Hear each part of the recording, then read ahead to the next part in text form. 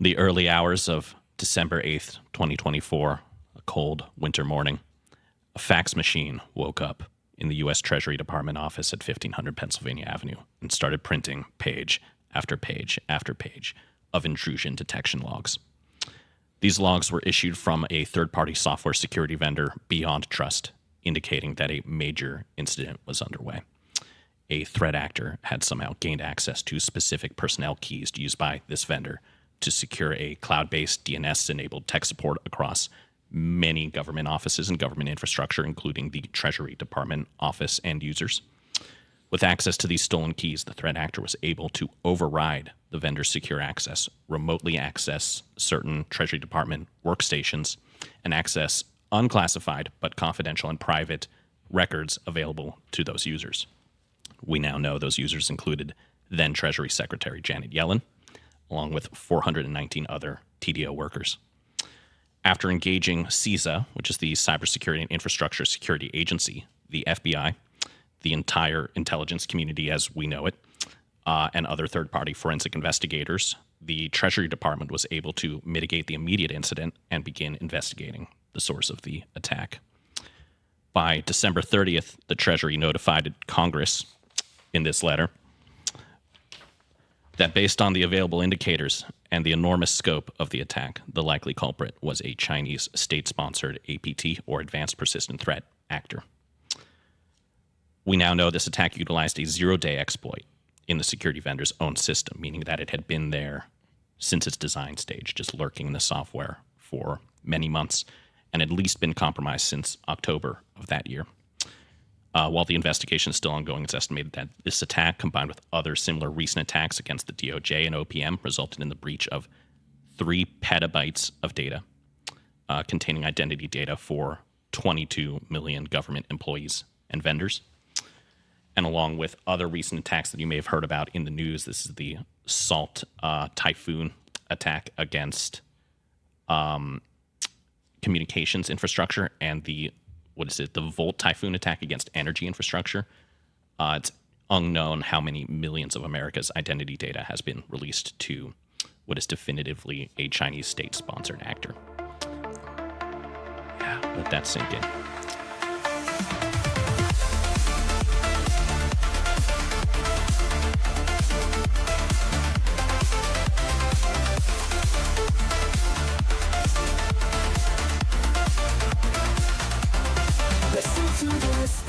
You're listening to Manipulation Games Psychology and Marketing Podcast with your hosts, Gene and Darren. Welcome to Manipulation Games Psychology and Marketing Podcast. I'm Darren with our marketing genius, Gene. How are you? Hi, guys. And we have our returning guest, Andrew Bloom. Yes. Hey. Yes. So, Andrew, again, tell the audience a little bit about yourself and where you come from. So I'm Andrew. Like Gene, I'm a career marketer, but recently in my career, I've been working very deeply in the identity-enabled marketing space. So this is the sector of marketing that knows things about ourselves and our identities and offers opportunities, but also potential risks to consumers as we take advantage of this fantastic source of data out there. Yeah, and today we're going to talk about privacy. And that was a kind of a very startling introduction you gave us there. Yeah, I'm terrified. That's a good hook, right? That is terrifying. So they don't know how many Americans' data has been captured by this group through this hack? They know for sure that 22 million government employees was breached, and it's unknown the degree of data that came out of like header data of the Treasury. So they weren't necessarily after bank accounts, but they were after just the header information. So like names, addresses, phone numbers, just the contact data of many millions of Americans seems to be being written out by these attacks and sent to China. Wow. It also seems like they're not like the real attack. Like these are like testing attacks to test their capabilities, and they've already gotten massive install bases across like our cell carriers and even there's very specific attacks that are doing the same thing that are targeting like oil drilling equipment in Texas. And it's like the same computer virus attack, right? That is so wild. Wow. So you're saying they collected all this information and they could have potentially planted like spyware or malware into people's systems? It looks like the way that they were able in that specific attack, they breached one person who wasn't paying attention and used that to ladder up to get access to an IT manager and ladder up to get remote desktop access to workstations, right? That's how they were able to compromise it and like install this malware that was pulling this data. But for the most part, it seems like this was a data collection effort, right? We're trying to just see what is there and take it and bring it over to whatever uses they have. Because they can combine that with other pieces of information, and they can slowly start building huge databases that they can use for other things. The scary aspect was when you're talking about they had an attempt on the energy infrastructure. Yes. I like to read Volt spy typhoon. books, right? Yes. And there's this very scary thing that comes out of spy novels that have done this scenario where if the energy infrastructure of the United States goes down, within 12 months, 90% of the population of the United States would be dead. Are you serious? Yeah. It's just because every little small thing that we don't think about, the fact that refrigeration goes away, water pumps go away, hospitals shut down, temperature control, all these like little things that keep human beings alive, that allow transportation of food, of medicines, all these things.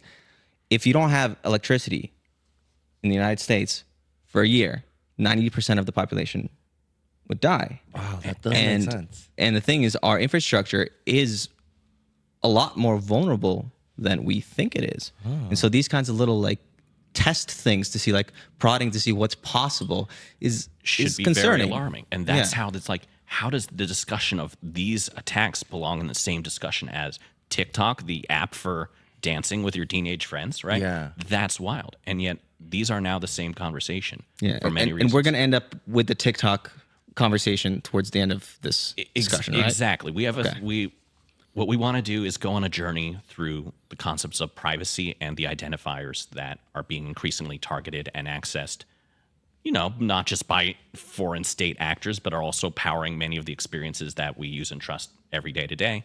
Because this concept of privacy is so vague and abstract for so many Americans, and it's being debated, and we're seeing debates of TikTok in Congress, and depending on whenever you at home are watching this, it could be up or down or legal or illegal. We don't know. We're really interested in leaning into the debate and giving people the currency to understand what is actually being discussed here. Okay. I remember we've been talking about doing this episode for a long time, and I think what sealed it for me was John Oliver surfacing a clip of a 17-year-old girl in Ohio or somewhere who was posting to TikTok why do I care? I'm a 17-year-old girl in Ohio. I care about my cheer squad, and I'm like, what do I care if a Chinese company has all my data, right? What's the relevance of this debate? And really, I think our thesis today is to answer this girl's question and ultimately arrive at my opinion, my point of view, which is that we should be deeply concerned about what every single American thinks is the access of their identifiers to other actors. Yeah, that's crazy to think about it because again, it's a Chinese-owned company, and we think, what's the big deal, right? But the fact that the Chinese actor in this case, or the government, whatever agency was involved in infiltrating this data breach, right? They don't even have to do that if they have TikTok, a Chinese-owned company, where they have a single-party, country. Exactly. It's like that's scary. It's one thing that comes up out of spy novels, right? It's the fact that if everyone is spending a lot of time on TikTok and basically giving their facial recognition data to this platform, right? How do we recruit the future generation of Central Intelligence Agency employees?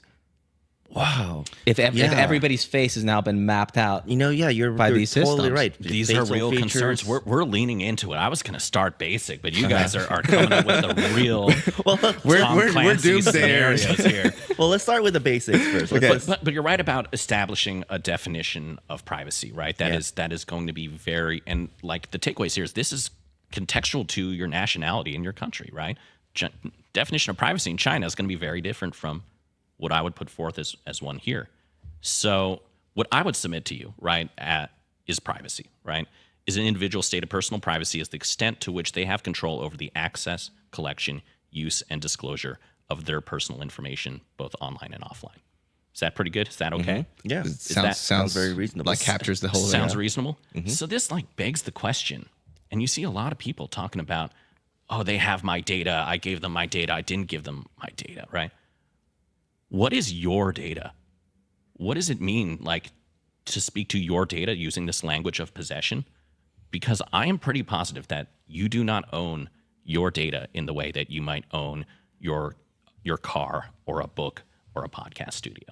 So already instinctive to us is to use this language of ownership and possession for what is already a vague collection of identifiers. Like data is vague, your is vague, right? This sentence needs to be reworked. And I think a lot of Americans are walking around their head of like, where is my data today? When that's a completely like useless way of framing that relationship to data. Honestly, I don't know how many Americans are walking around with that in their head. Well, even when they come to the point of when something asks you a question, and well, we want to contextualize data as a system of various identifiers that may not be something you own, that is something that is issued to you by whoever may be using that identifier to operate the services you use. And that's very vague, but of course that's going to apply to companies and governments and many of the services that we use every day. So I think a really good discussion, of these topics might just be playing a little bit of a card game. Okay. Okay, cool. Can we play a card game? Yes, I like card games. So We had cards last time, so this is gonna be fun. I like the card thing. So It's Gene, in front of you, you might have to organize these. You see a few stacks of cards, and there's going to be 3 labels on these. And of course, you're going to see PI cards. Okay, These are PI. personal information. Personal Careful, there's stuff on the back. Okay. There's going to be SPI cards, which is sensitive personal information. And there's going to be PHI, Okay. which is personal health information. And that there is kind of the extent to which we have regulatory control over our identity data. And there's Okay. laws that are applied to that. And in terms of PI, for example, this is the least regulated category of data. So, and we'll get into it. And our goal here for like this exercise is really I want to challenge you to think about what is your relationship to each of these identifiers? What do you think you might be able to know about someone or infer about someone just by knowing this identifier about them? And where do you think it's being used today, right? Okay. I mean, this sounds like what I do all day. All right. When I do data analysis for ads. Yeah, and of course, in specific circumstances, some of these might change categories, and we'll talk about Okay. those. But there's lots of fun stuff here. So why don't you let it rip? Why don't you give us a PI card? Okay, so from starting the PI. top So there? PI is the least sensitive, right? That is personal. Okay, so I just pull the card and read it? Pull a card. All right, pull the card and read it. Very simple. Oh, name. They're very simple cards. Do I own my own name? You do not own your name, Gene. Who owns my name? Well, dare I point out, is your name even Gene? Okay, no. How did you pull that off? But Wait, your name's not Gene? Who are you? quiet. The point is, Wimbledon. Wimbledon.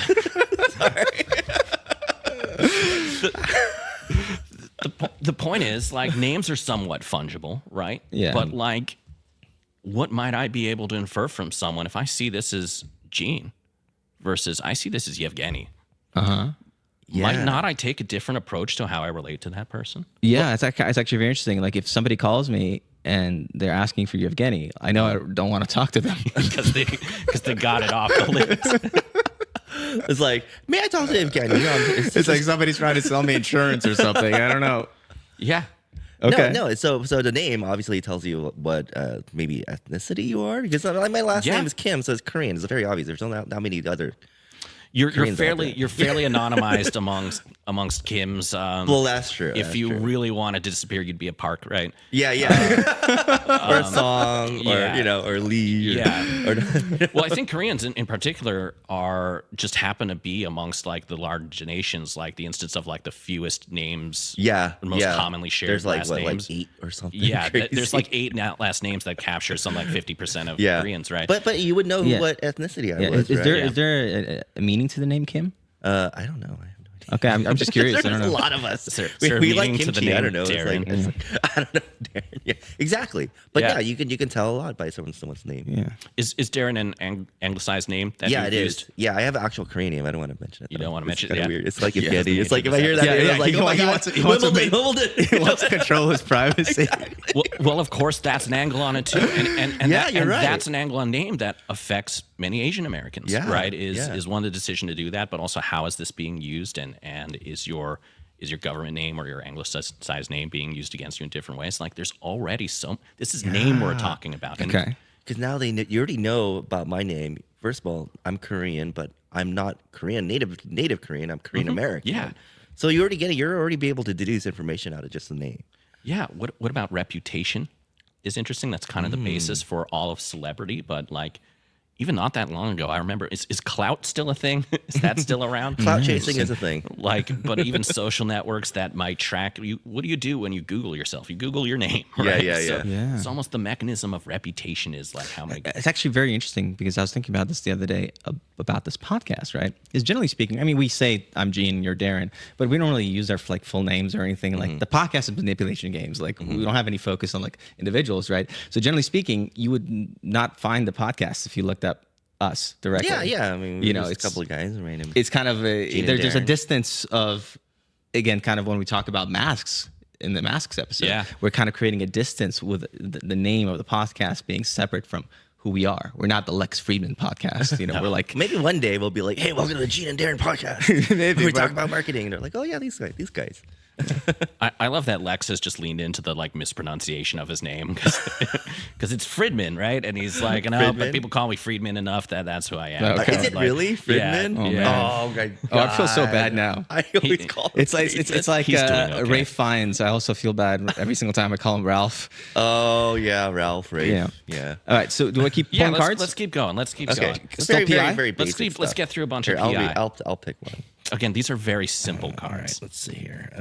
Address. Oh, Your address. see that now it's getting a little. The Yeah. stakes are getting a little higher here. Yeah, You can own the property, but you don't own the I'm talking about the identifier The of your designator. address. Yeah. The city probably owns that, right? Like because they come up with the numbers and the names of the streets. So it is a matter of public record. But let's think about, does this person look like a homeowner or a renter? I can go on Google Street View and I can see what your address looks like. If I know your address, I can make inferences. And even the fact of like, if you're a homeowner or even if you're a tenant of your primary residence, you can see the home's assessed value or its last assessed value Yeah. is available. My boss Spike actually does that sometimes when he checks out people. Really? Like I've seen him. Yeah, we go look at the Google Street View Oh. of their house. Well, we all do that. I think, like Yeah. for example, when you go to a party and you're invited and you haven't Yeah. been there, you go like, No. "What's but the it's also house it's like, you know, a lot of times like we deal with people at a distance, right? And people who we don't know very well, and sometimes we want to some way be able to see if people are potentially fraudulent or not. You know, like we don't want to be signing contracts with people who are, you know, like, or when you do a business and you Yeah. look at their business in someone's house, it's like, Yeah. wait a minute, I don't want to go to this Or a meeting. P.O. box. Yeah, or a P.O. I'm glad we're keeping levity to where there's a lot of intensity and sadness in this conversation. I promise you, as coming. Okay, But okay, for okay, example, okay. here's a very sad Okay. situation right now here in LA. Is a lot of people have a reason to have their homes reassessed right now, right? Yeah. Yeah. And of course, a lot of those people are, you know, for you playing at home, a lot of folks in LA lost their homes to the fires recently. And of course, what you want to do is get a reassessment on that home so you're not paying your real estate taxes for rubble and a lot of other reasons. But what, of course, are some other more predatory folks doing is they're swooping in on these vulnerable people for anything from representation and insurance, but also trying to buy out land under people and buy out. Like, yeah. And so, like, home assessed value is being looked at and scrutinized in some very interesting ways. And you might. Yeah, because there's this worry that potentially some of these neighborhoods, right, big money players can kind of come in, decide to buy up land to develop it in any way, because people, now that they've lost their homes, it might seem too insurmountable to try to rebuild, right? And so somebody might come in and decide to build some, I don't know, hotels or resorts or something in a place that used to be like a historical, single family home community. And it all starts with someone doing their research on the public data, right? What's Okay. out there. So let's keep riffing, but like this is, I want us to make lateral connections here. Let's get so- wild and think about okay, what can connecting we stuff. what can we infer? Okay, I pulled two accidentally. Okay, let's see. Okay, phone number. Phone number. So Well, I know this one from, because I've had conversations with you. yeah. The most persistent identifier that exists in the United States is not social security numbers, it is people's cell phone number. Yes. It's the thing that is most likely going to go unchanged throughout the entire lifetime of people, at least in today's modern age. Most durable identifier because people hate getting a new phone number. Yeah. Right. In fact, there's a lot of administration set up that used to be government and is now privatized on government contracts that just manage the portability system for making sure you can switch carriers and still keep your phone number, right? That used to be that technology. It's currently managed by a company called iConnective, but I used to work for the company that previously managed that technology. That's a huge government contract, right? And started out as a Defense Department project and like folded in with like Lockheed Martin, right? Are we allowed to talk about? I don't think so. I don't know. But the idea is like, why is this data valuable? Is because it powers. Is your pop still involved? No. Okay.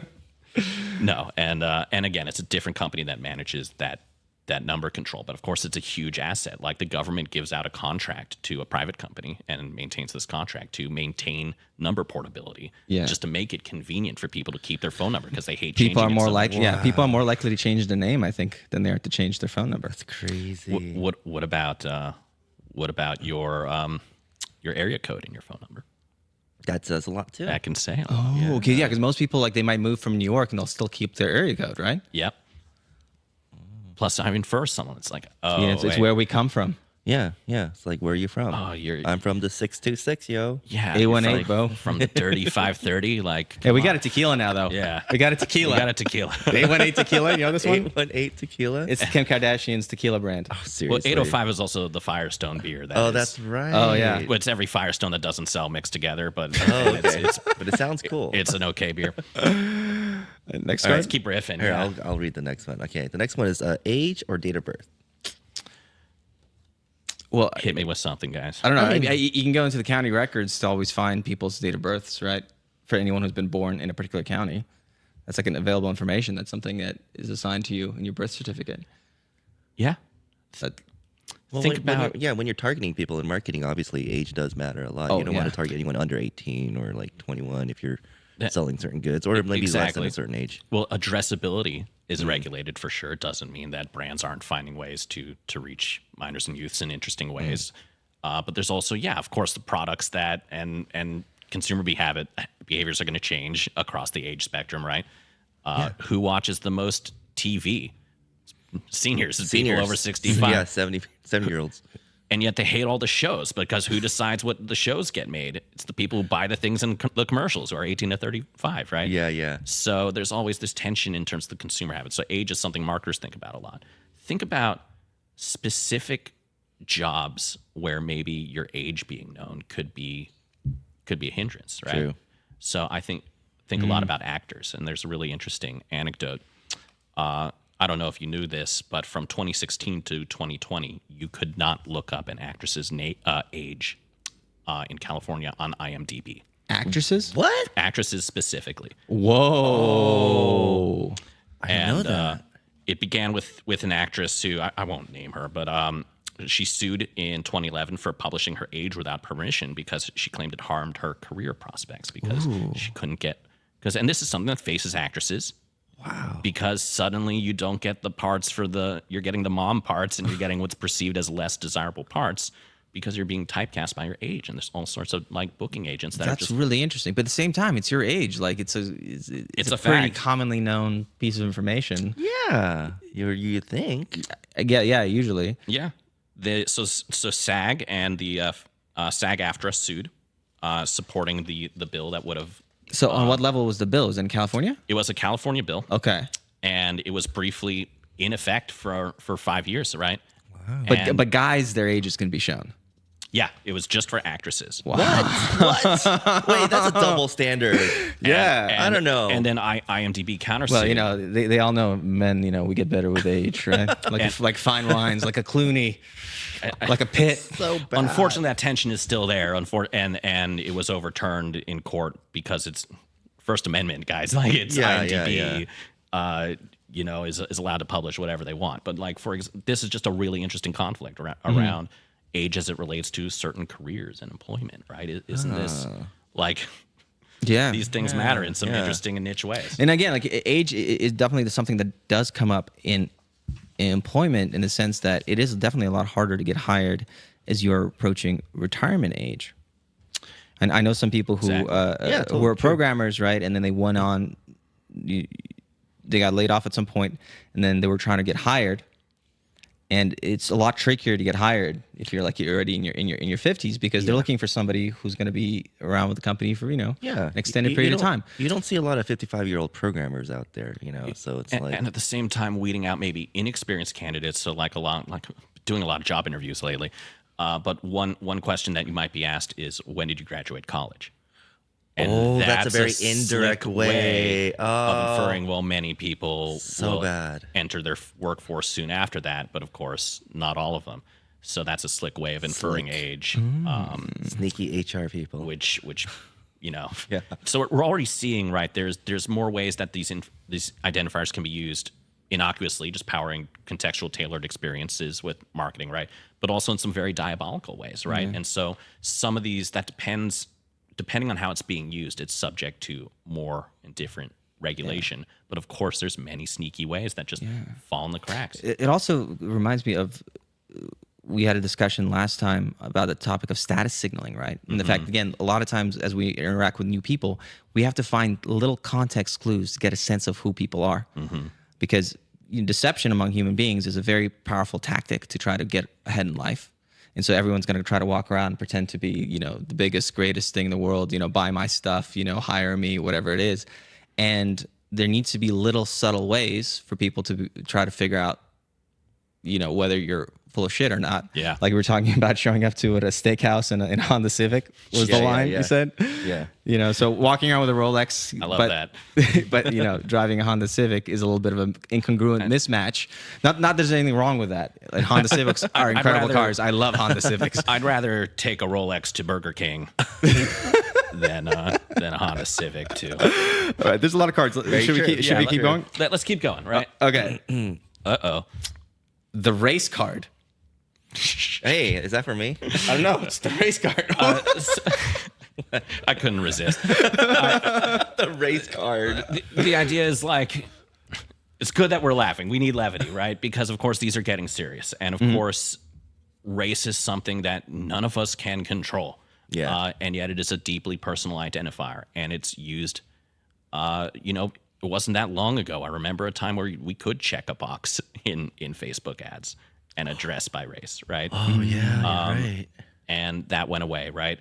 And of course, there are some products that are just designed with that pivot in mind, and we appeal to a certain demo, and this is for them. And there's opportunities and proposals that came my way where I was invited to work on projects where it's here's a really cool cosmetic line for Black women, or even K-beauty is a big space. And So let me ask you a question. Say for example, you have a client who's a kimchi company, and they're Sure. we want to market this kimchi, but then you have to work around all these kind of limitations. Yeah, and I earlier in my career, I would say, I'm sorry, I just don't understand this space very well. I think someone else can be more successful with you now.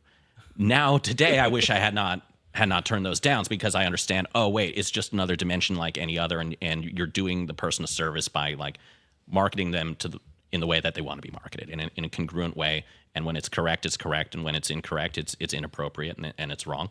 But of course, it means there's right ways to do it, and it's just congruent with brands. Yeah, I recall we had a project when we were working with a new innovative prostate supplement, right? And the doctor we were working with was saying that African American males tend to have more serious problems with prostates as they grow older than the other races, right? And so he specifically wanted to go target that group of people. And there's no direct way to target that. I mean, you can find ways of maybe certain types of now you can recapture platforms with other cohorts and identifiers, right? Yeah. It's the inferences that cross these attributes, right? So you can ask yourself, what is, and this is a really famous conversation I got into with some CMOs, right? And I was pitching it as a very sensitive identifier, but it's actually not as valuable as many people might think, especially non-marketers, right? So two scenarios I'll pitch to you. Scenario A, I know your race, and my challenge is to predict a bunch of places where you may have shopped at in the last 90 days. Scenario B is, I know a bunch of places you've shopped at in the last 90 days, and I must predict, guess what is your most likely race. Which scenario, A or B, is harder for me as a marketer? I don't know. Maybe A? Correct. It is way harder. So race is way harder for me, just knowing your race, to be predictive about it. Yeah, because I was just thinking about that because like I like going to maybe Korean market, like maybe the gallery down there. So Exactly. If you know all the Koreans are there, so it's almost like almost 90% chance you're gonna get that right. But if you're Korean, it's like doesn't necessarily mean you go there. Exactly. So the point there is we are way more expressed in our actual consumer decisions of where we go and what we do than we are determined by what our race is and then going and doing the actual stereotype you might expect off of knowing that one. So it's not as useful to marketers as I think many people know, but there is a higher degree of sensitivity around it, right? Because we're starting to get into more sensitive identifiers, and that's just marketing, right? Like, let's get into other levels. Like, let's say you were more nefarious and even knowing someone's race, right? Obviously, there's discrimination, and there's all kinds of a lot of people are more targeted for fraud based on their race, right? Or even think about this this Russian campaign they did. I think it was in 2016, where they would create these fake groups on Facebook, and they set up events, and they would set up an event where they would have like a Black Lives Matter rally across the street from like a more like conservative rally, right? And they'd essentially be able to use this information to target certain people, try to put them into the same kind of space with the goal of trying to create tension, just generate chaos between people. Seriously? Yeah, these are the kinds of things that, again, some of these more authoritarian type regimes who are definitely a lot more willing to do whatever they need to do are willing to do with our information. They're actually going to go out there and create tensions in our society, try to break, trying to divide people, basically. To divide people up. Absurd. Yeah, there are people who get out of bed every morning and think about how can I divide this country for maximum, clicks, right? And this is a way to do it and to publish off that, right? Interesting. So it's tricky, right? And of course, in those uses, when you interface with the government and for careers and employment, that is a much more secured usage of that identifier. But intrinsically, like, you don't own your race as you would other consumer identifiers, right? It's part of personal information. Yeah, because it's just a piece of information. It's like a tag. It's just the color of your skin, like, that's being used in terms of like how other people categorize you, right? Yeah. And so depending on whether it's a government or it's a company, where you like a social media profile where you say like, oh, I'm white, I'm Pacific Islander, etc. Right. The categories they invent and are keeping hold of you, they're the ones that own those labels. Yeah, and like, there's reason why employment statisticians at the government care about this data so that they can know how like racial communities are trending in new employment claims and in new jobs in a lot of interesting places. I mean, a lot of these and then of course are under threat right now. But of course, the way it also comes into play in our politics, right, is gerrymandering, right? Is when they're drawing up the actual lines for the congressional districts, is the ability to know, like, oh, there's this community of this people here and this people there, and it's better for our political party, whichever it is, to draw lines in this particular way, because then that gives us the best possible chance of winning these districts. Exactly. If you have some predictive data to hypothesize that one race or another will vote one way or another, then you have much more power if you can draw those borders, right? And it's like gerrymandering is the politicians choosing the voters, not the other way around, right? Next card? Yeah. Sure. All right. Your gender. Ooh. Okay. Gender's interesting, right? Yeah. Again, it's bigger categories, right? It's one of two buckets, but as marketers, right, we really start day one. There's a lot of gendered products out there. Yeah, that's one of the biggest dividers. So, out of curiosity, under sensitive data, is there going to be a different category called sex? Not today, but of course that would be that could be inferred, right? And of course, gender can be sensitive, right? Especially like gender. If I know your gender, suddenly I know a lot about your potential health, right? I know like maybe what health conditions you might have, right? I know what you might want to be seeing a doctor about. I might know what types of health products you buy, right? So of course there's huge intersection there, and that's going to be controlled. But of course, just as an addressable demographic, right? Mm-hmm. It's massive. Yeah, I would think that's probably one of the biggest ones, because again, like, products are either for men or for women. It's like, so like men are going to buy tampons. So Yeah. it's like, what do you, Yeah. so it's just a very helpful information to have. It reminds me of that famous story about Nintendo when they were first coming onto the market, where originally the first video game platforms were basically girls and boys really liked to play them, right? But there was this big thing where they're trying to figure out where to physically place the Nintendo console inside of the toy store. And the toy stores at that point in time were kind of like, oh, this is the girl side and this is the boy side. And so they had to make a decision that they went to the boy side. Obviously, I think guys generally probably would be more drawn toward video games. Well, that was the decision behind the Game Boy. Nintendo made a huge bet, and they said, we want to heavily steer into boys. Boom. Could have been the Game Girl, Game Kid. Boy. So Game Boy was basically the beginning of the malification of video games. The malification of video games. That was a bold move to call it the Game Boy. I never thought about that. Yeah, and they basically said, look, it's a bit of a harder thing to try and play this as an all-gender product, but we think we have our hypothesis that we know we can succeed with men generationally. Wow. And that was the early decision. Well, it's also the same thing that comes out of like our copywriting episode, right? If you're marketing to everybody, you're marketing to nobody. So a lot of times you can have the same product, same idea, and you just label it, oh, this is for guys between the age of 30 and 40, right? Or or you take the same face cream and like, no, this is for girls between the age of 25 and 30. It's the same product. It's good for both people, but it'll be much more effective in terms of connecting to people if you say it's for this person, even though it's physically the same cream. It is even like it's actively harder if you are advertising in e-commerce, for example, to promote unisex products. Like it literally benefits you in the listings to pick one or the other. No way. And you will actually see better reach and cheaper clicks even in Google Shopping and Amazon, et cetera, if you pick a side, right? Wow. So it's like part of optimization is going in.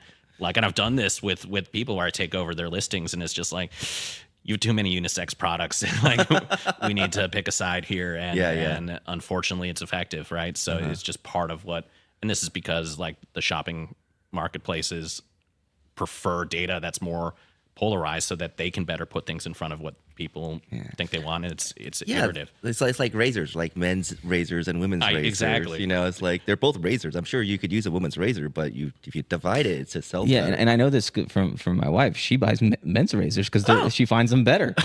There you go. Because they have all the ones with like all the different like 5 different blades. Yeah, all the blades and stuff, and so exactly. Why don't we do like an SPI? Okay, let's get.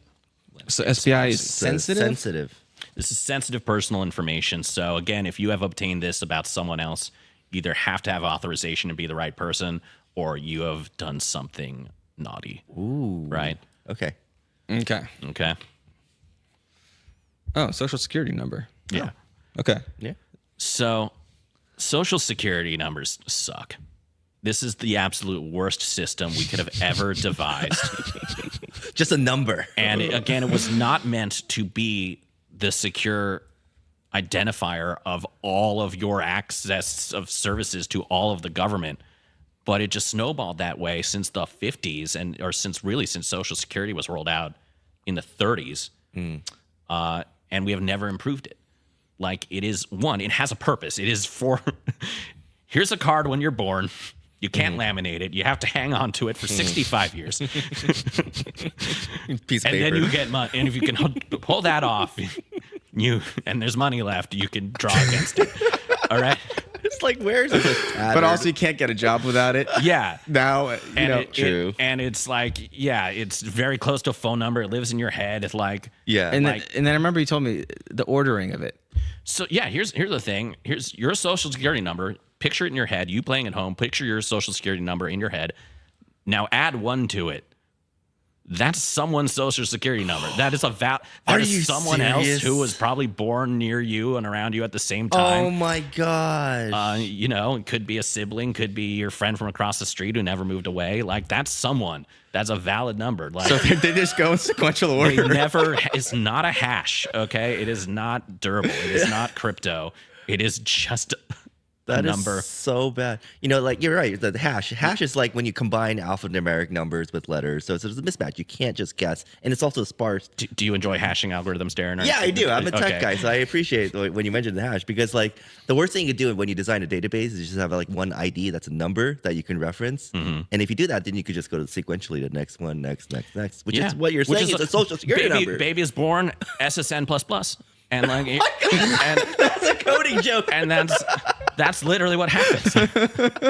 If you're not a coder, you don't know what that means. I got that. Plus Print it out. plus is used. It's a short form for adding plus equals 1. So of course, because it's so powerful, this is what all fraudsters are active after, right? Because if you have an SSN, you can re-verify yourself for government services, right? You can anything that's doing a secure lookup, credit reports. And so if you have a social security number, it's very easy with very little other collateral to steal an identity, to commit fraud, to do some very bad things. Wow. Yeah, that's just an awful kind of antiquated system, but it is very sensitive. I wouldn't want anyone to know my social security number. You do not want anyone to do But that. it's a number. Are you It's a able to literally change number. your social security? Like Yeah, like when your credit card gets stolen, you change your credit card number, right? But it's like, very difficult, and of course, it happens. Happens a lot more often than new phone numbers, but it does hilarious. happen because cars get lost, identities do get stolen, citizens get naturalized. There's a few ways that those do change, but they seldom change, and they're very, very powerful. so and if you change your social security number, do you lose all the money you put into it before that? I have no idea. I don't think you should, but I don't know. I know this is the government. do you I wouldn't cap put it gains? past them. Yeah, exactly. And, All right. So do we keep doing let's- cards, or do we do some narrative? let's do a few more cards. Okay. SBI, Yeah, let's keep sensitive going. personal information. Let's rapid fire. Yeah. Driver's license number. Yeah. Interesting, right? It's your reference for the DMV, right? Yeah. And of course it might infer things about what car you drive. It might infer things about your affluence and your location, right? And it's used in some interesting ways. A lot of people don't realize like there are like cameras on all the major interstate highway systems that are reading license plates now. Okay. I've heard about this. Yeah. It's not enough to it's not Orwell yet, but it's enough that if an investigator wants to establish a trend of this person drove across the country to commit this crime, you can see 3 or 4 or 5 data points of where this license plate has appeared, and you can establish like an intent of direction, right? Yeah. So this is happening now. Wow. Right. And Yeah. and it's part of, and public records do see that. Like an investigator can see where your vehicle and your license plate were last seen. Yeah. Right. And they can infer things about your vehicle. Okay. Right. Yeah. So Crazy. spicy. Yeah. Bank account plus credit card number. Okay, so this is huge, right? This is what everyone wants to steal all Yeah, the I mean, time. And of course, almost every day, I mean, to be fair, they can have my bank account.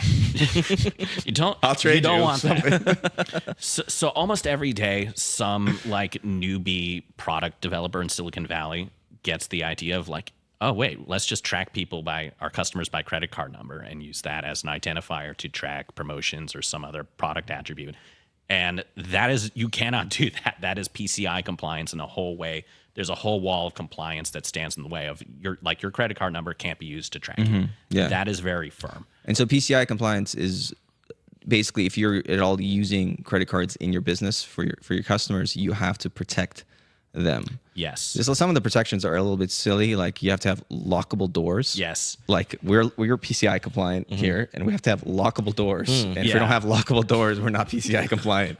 Or you have to have a locked file cabinet. Locked file cabinet. with at least like 6 pins in the tumbler of the lock. What? Right. Like Really? it's very specific. Wow. Well, I mean, most of it is obviously digital now, right? But like those rules are still in place. Well, here's a classic one that was never changed, which is like soft credit card offers in the mail, which are your mailbox is usually not locked. You can open it, and That's people, true. fraudsters, will just drive around affluent neighborhoods, and they'll go look in, pull out credit card offers, and they'll just say, "Oh, I'll sign up, but my address has changed, and I'm over here now." And especially easier if they know some more information about you, they just like open a credit card in your name, and you have no idea. So again, I fear what we were talking about earlier is happening. We're giving people the tools about how to sell credit cards, steal credit cards, and Exactly. manipulation games. Well, I think to your Be a point, villain. it's like we're so secure in all these things, but yet we don't log our mailboxes, which is probably Yeah. the easiest barrier entrance. Okay, criminal history. That's an interesting one. Hey. Like, again, there's a lot of walls in place of accessing this. But for example, if you were to learn someone had a criminal history, yeah, there's just limits in the way of how you can action on that data. But of course, like if you were up to no good, there's fraud, there's discrimination, there's blackmail. Yeah. Yeah. Oh, and I mean, criminal history generally comes up on background checks, which is why a lot of big corporations put you through the ringer with those background checks. Absolutely does. It's part of public records forever, and that upsets a lot of people. Even if people, for example, were arrested but never convicted, like that arrest record follows you. And that could really? Some states have made it easier to move that, and some states have made it conditional what types of criminal behaviors. Like in California, for a very long time, has basically said no marijuana conviction whatsoever can ever make it to an employer. Like we are not going to allow anyone that's to judge interesting. on that. And of course, it's legal now, but like California was very progressive in that way, right? Yeah. And in other states, it's more or less difficult. But many states, like you can have been arrested but never convicted, and that follows you forever, and your mugshot's out there forever. That So- doesn't seem correct.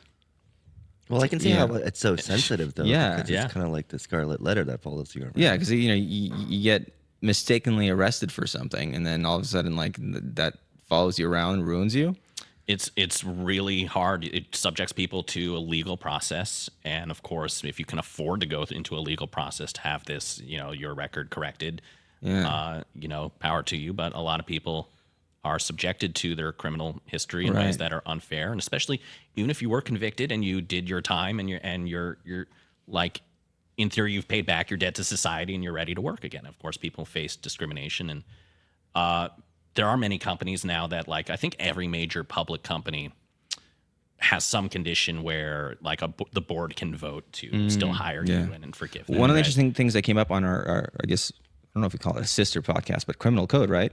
Is some of the gentlemen in Criminal Code, right? They had criminal histories, and now they are not able to travel to certain countries. Like, I guess one of the things we take for granted as Americans is the ability to generally be able to go to a lot of countries in the world without necessarily having to go through like a complicated visa process.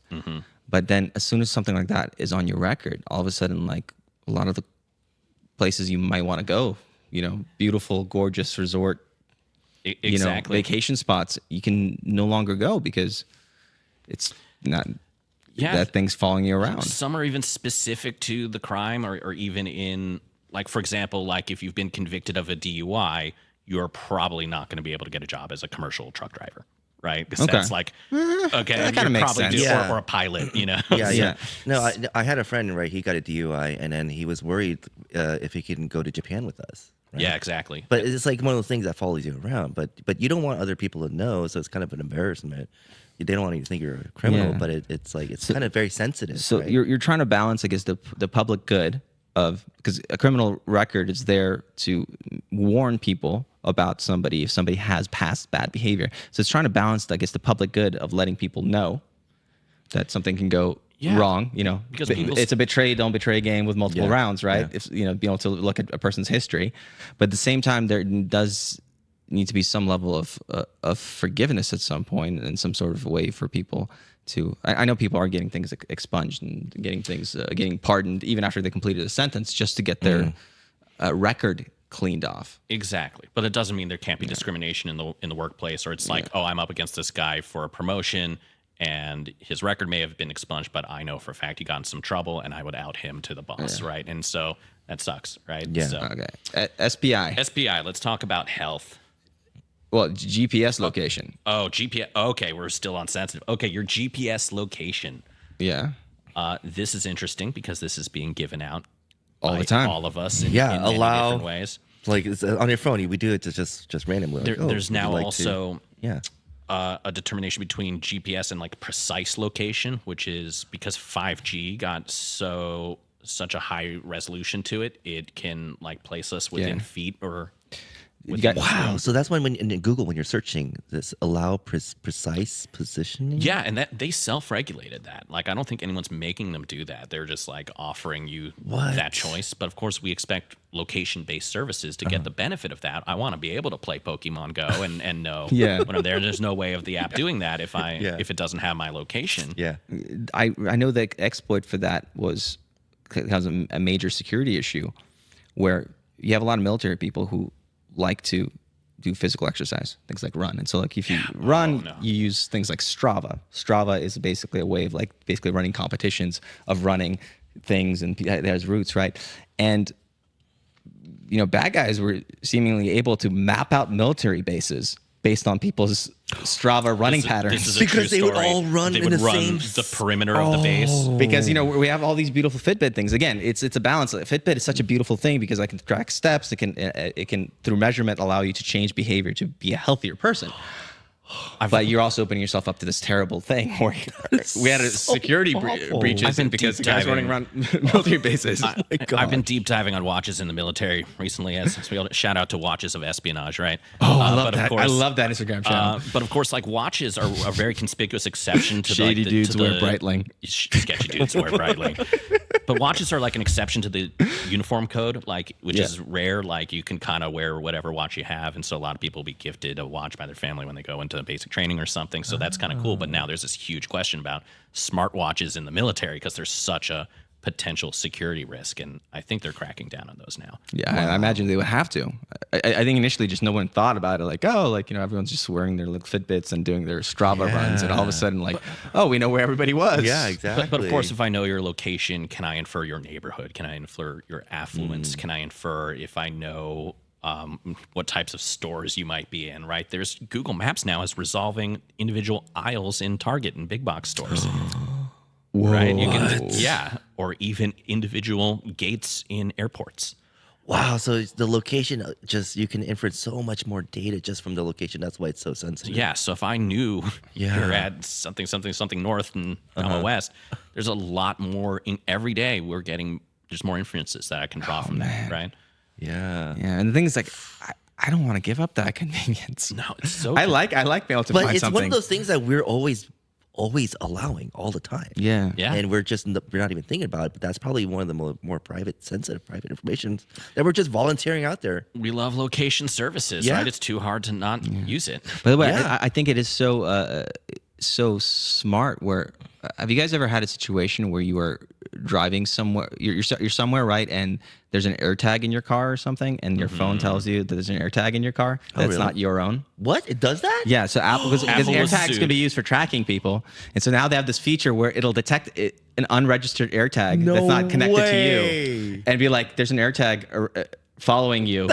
The implication being that you're being stalked. Yeah, it means somebody like threw an AirTag in your car. Yeah. That's a great feature. I like that No, feature. here's the part two to that. Apple rolled that out like everything. It's an Apple exclusive feature. So you better hope that both you and your stalker have iPhones, right? So it took a court case for them to change that and open that up. So only now Android users will be notified if they're being stalked by an iPhone user. By their audience. Oh my God, Right. it's awful. And that's a awful. huge theme about like device portability and everything. I love that story. Yeah. Let's keep going. Let's talk a little bit about health. Okay. So is that going to be under PHI? Yeah. So this is going to be protected health information. All right, protected health information. Medical and health insurance records. Yeah. So pretty basic. This is huge, right? If I have access to your medical history and even your insurance or even your insurance group number, right? Imagine the people. What is your insurance group? It's Your company, your place of employment, usually. well, yeah. That's usually who's your payer. But once you're into an insurance group, your insurance is basically addresses all their members as like a risk pool. And so you might be lumped in with other groups of people that are demographically similar to you. Oh, I didn't know Or may that. have other conditions that are similar because they have to calculate the risk of payouts against people who are similar to you. Oh, so like you could be in. So you're saying you could be in the same corporation, but they'll assign you to a certain group based on what they statistically see as the risk of you needing. So you'll have a member ID, insurance. a group ID, and there's obviously a lot of different pivots there. But And that's legal. yeah, And they that's- do it based on, I'm that's assuming, the- gender, age, that kind of stuff. They have to do it to make it affordable, right? Okay. That's how they bucket it. That's how they're able to model risk. All insurers do that, right? So if I have access to like your insurance group, I may be able to deduce something about your health, right? Just by number or Yeah. wow. Yeah. Or even if, and of course, like you can't famously in marketing retarget on health conditions, right? Yes. Oh, really? Yeah, because, Okay, yeah. and this goes back from the era of shared computers, right? Well, the first example was who was the first person to get struck for Category 4 remarketing was divorce lawyers. Oh yeah. Because banner So ads- you go to a divorce lawyer website, Yeah. and a remarketing is when ads follow you around on the internet after Sure, you visit yeah. a website. So you look at a TV, and all of a sudden you start seeing that TV everywhere on the internet. Imagine you want to divorce your spouse. You go to a divorce lawyer website, and then all of a sudden your spouse looks at your computer, and they start seeing ads. Remarketing ads in other places. Aha. or the kid is like, "Mommy, Daddy, why are we getting ads for divorce?" So like early on, they shut that So down. use incognito mode.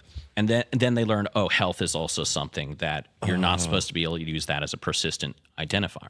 That makes a lot of sense because, like, especially now, if you're watching a YouTube video and you're going to watch with your family, all of a sudden there's ads about cancer and like people being sad. It's like, oh my god, So, what? so when Yeah, you that see can be those, tricky. usually Yeah. you're like, oh, why am I getting this ad? Yeah. So that's because you've been trained for it to be targeted. That when you get an ad that is legally untargeted, because it has to be contextual or very broad. Yeah.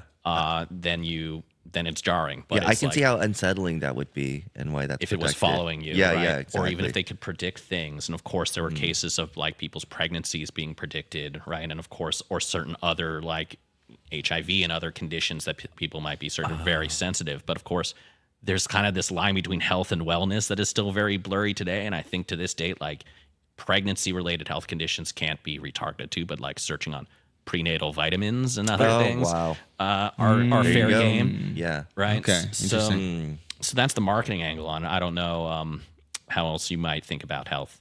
Well, I mean, I think just in terms of being aware of being caught in the situation where you're interacting with certain things on the internet, and then all of a sudden something will start popping up in your retargeting in the way algorithms work towards you, that could potentially, make you vulnerable in some way. I mean, the divorce lawyer one is the scary one, right? Let's say you have a situation that is a really bad situation, and you're trying to get out of that situation. Yes. And maybe you might have a abusive, spouse or something, and then all of a sudden, like that throws you under the bus. The fact that your private search history, in some ways, being used against you for nefarious marketing purposes. Yeah, but going back to health, like that does say a lot about who the person is. Like if you're pregnant, then you have kids, right? And so Exactly. maybe you're a mom, or if you've been battling cancer for the last 8 years, you can't get hired because they think you're gonna die, or Yeah, and it's just other ways of making inferences about the other identifiers. Like, of course, if I know you're looking at Botox, I can infer something about your age or your income, right? So there's a lot of different ways that these are used together to paint pictures of people with only very few identifiers, right? That's the theme here. Okay. Got it. So I guess the thing you're trying to build out with this is that we have all these different pieces of information, and there's a lot that we can structure based on very few clues. Yes. And especially when you start getting algorithms and AI involved in terms of how predictive they can be in terms of what might be happening to somebody, right? Yeah, and we also want to talk about Should I do another inferences. card? Yeah, let's do one more. Okay. Well, let's quickly read both. Yes, Ooh, they did. okay. I know this one is very interesting. Okay, so biometric data, which is fingerprints, face, and blood type. Yeah. Right? And blood data, and then genetic code, because this is a scary one. Yeah. So and I do want to draw a line between these because they're a little bit different, right? So like the information contained with all your genetic code is like the information found within your cells, right? That's wild. It's you. The biometrics are just other ways of using a password. It just happens to be, attached to your fingertip, right? Or it could even be things like voice recognition, right? It could be Your iris. yeah, there's iris. There's I put a list here. Hand geometry is now being used. Okay. Your gait. Gait analysis. The That's a gait big analysis is What? wild. one. Okay. Again, What? spy story stuff again. So one of the big technologies that's kind of happening in the spy world these days is something called gait analysis, which is how you walk for most people is incredibly distinctive, where through things like CCTV cameras, like London is covered in CCTV cameras, or they can actually analyze Shanghai. a person's gait Just from a camera? from a camera and figure out who they are, or be able to make a guess of like, oh, there's like a 95% certainty that this is this person based on previous photos. Because everyone has slightly different Wait, you ways. can identify the same person just by their work? Yeah. It's a rebirth of what was that method before fingerprinting, where it was just measuring. Anthrometrics. Yeah. Yeah. The workaround on the gait analysis, by the way, is a rock in the shoe. Yeah. It makes you limp. Oh, okay. So just, I mean, if you guys are just Okay. curious, So you just kind Classic. of spy novel Is tricks. that like a smiley Put a rock in the trick shoe. there? Yeah. Well, no, yeah, you put a rock in your shoe, it makes you limp. Throws it off. It throws it off. Yeah, it makes it a different gait analysis. Okay, the genetic code thing though is creepy because if somebody maps out your genetic code, they own your genetic code, not you.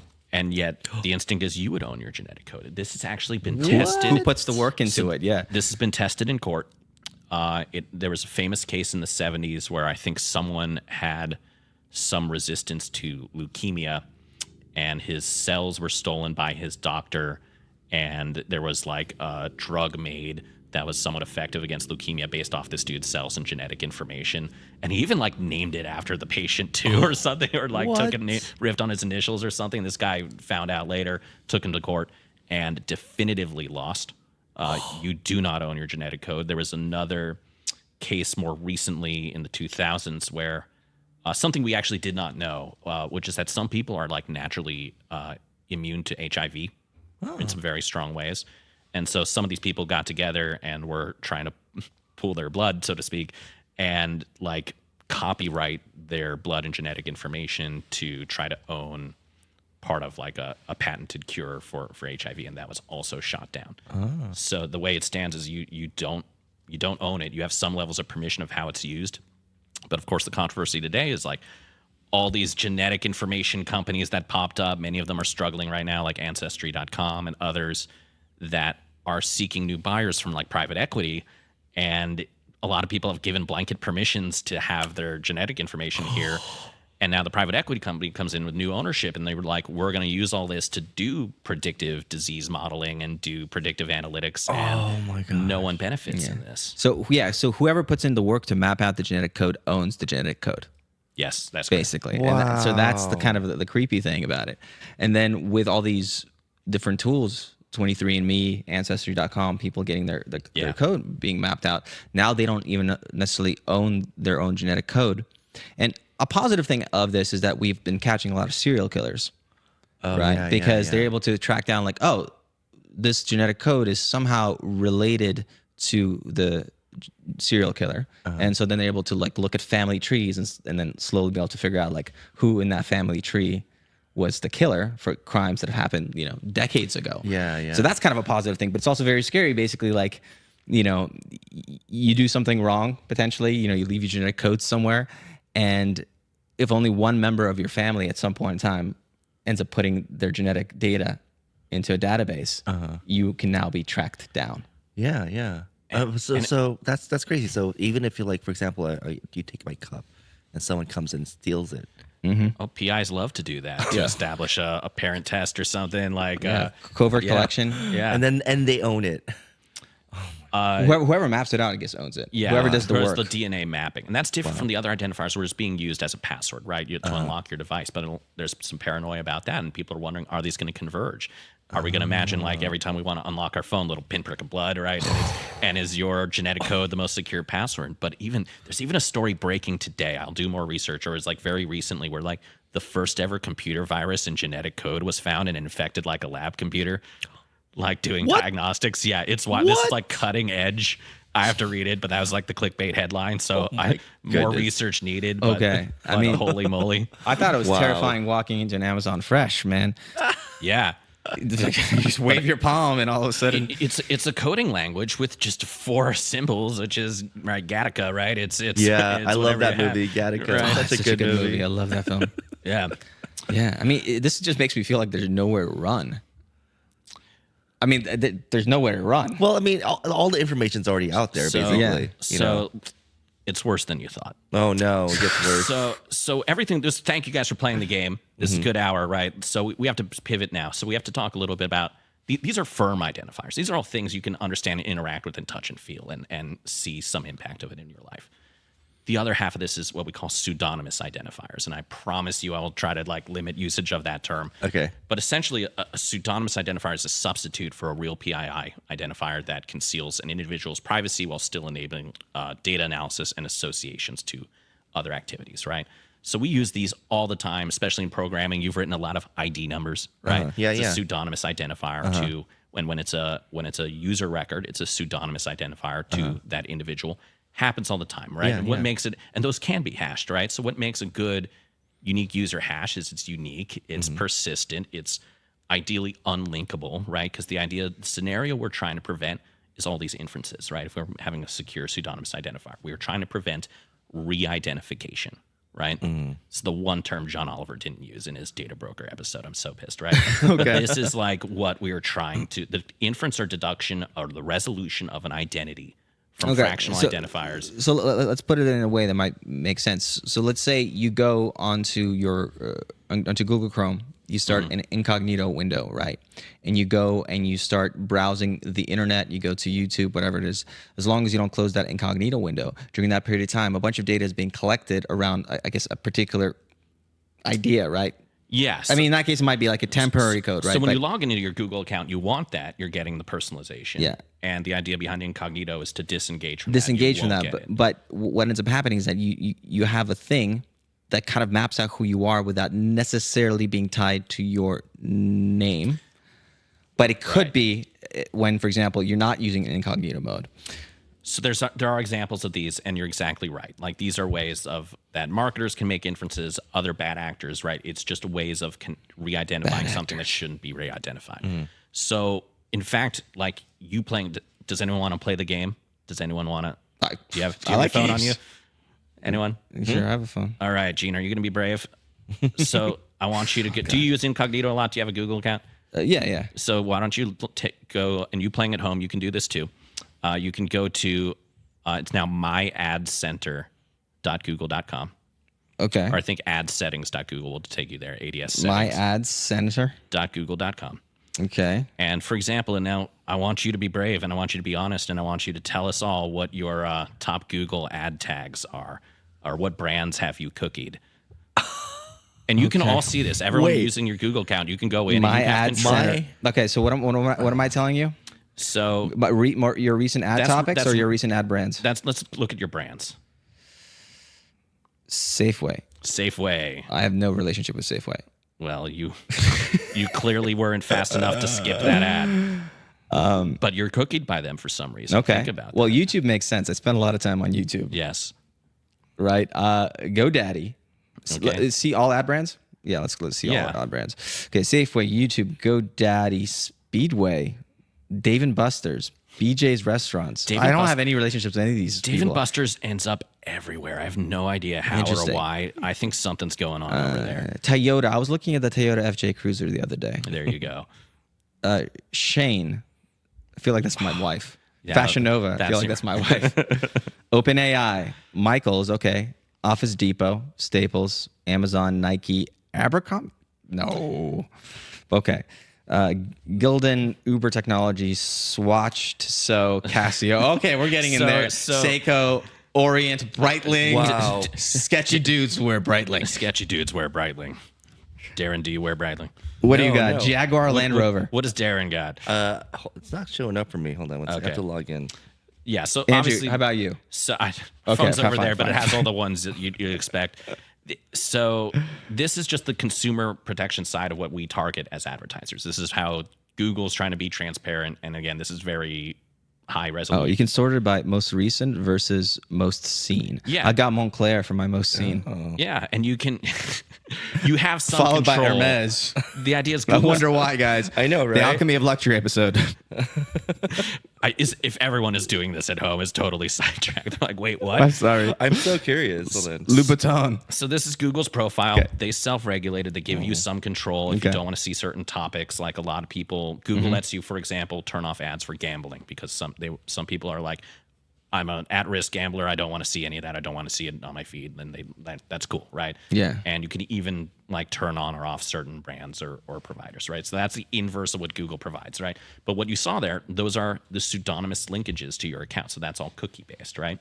So let's talk a little bit about these. Let's run through these, right? But of course, pseudonymous identifiers, including randomized IDs, tokenized data, hashed identifiers.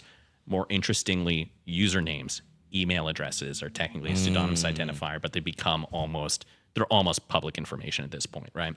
Unique customer IDs, your loyalty number with a company or like an airline, with an airline, right? Okay. Even like your employee ID number, a student ID number. There's so many ID numbers that follow you around, and these are all pseudonymous. And there's more or less utility and more or less harm that could be associated through the act of linking these together through a number of different methods, right? There are, now of course, let's talk about that inference, right? There's a lot more that we can do to talk about cookies and maids from an ad tech perspective, but I think we might lose people. Yeah. How does privacy go wrong? It's my question to you. What does re-identification look like when it happens? There's a few different methodologies that people will use, right? There's just sometimes a bulk association from external data sources. Like if you just have enough external data, and it's almost like brute forcing it, right? If I have enough of an external data source, I can compare to your loyalty program number, and I'm going to be able to pick you out of a lineup, right? Even with like cookie-based retargeting, there's a minimum cohort of, I think, 1,000 now. Most platforms have self-regulated to that. And that's pretty hard, like picking someone out of a lineup of 1,000 people, right, who would look just like you. You'd love to meet your cohort, but that can be very difficult. But enough data, you could brute force that.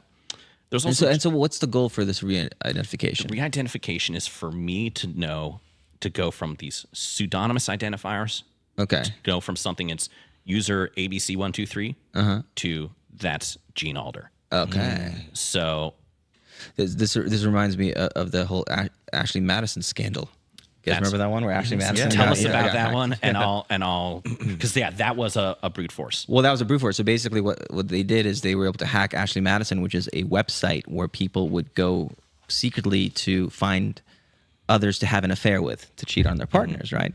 The tagline was like "Life's short, have an affair." Yeah. Like that. Like, And at some point in time, I guess they pissed off some people. I don't know. Somebody's husband was a hacker, and they hacked it, and they hacked the thing, and they released all the data online, and all these people's names were released that they had profiles on Ashley Madison, basically seeking to cheat on their partner, and that would be a re-identification, an example of a re-identification, right? and it got CEOs, members of Congress, judges, like so many people were implicated in that one.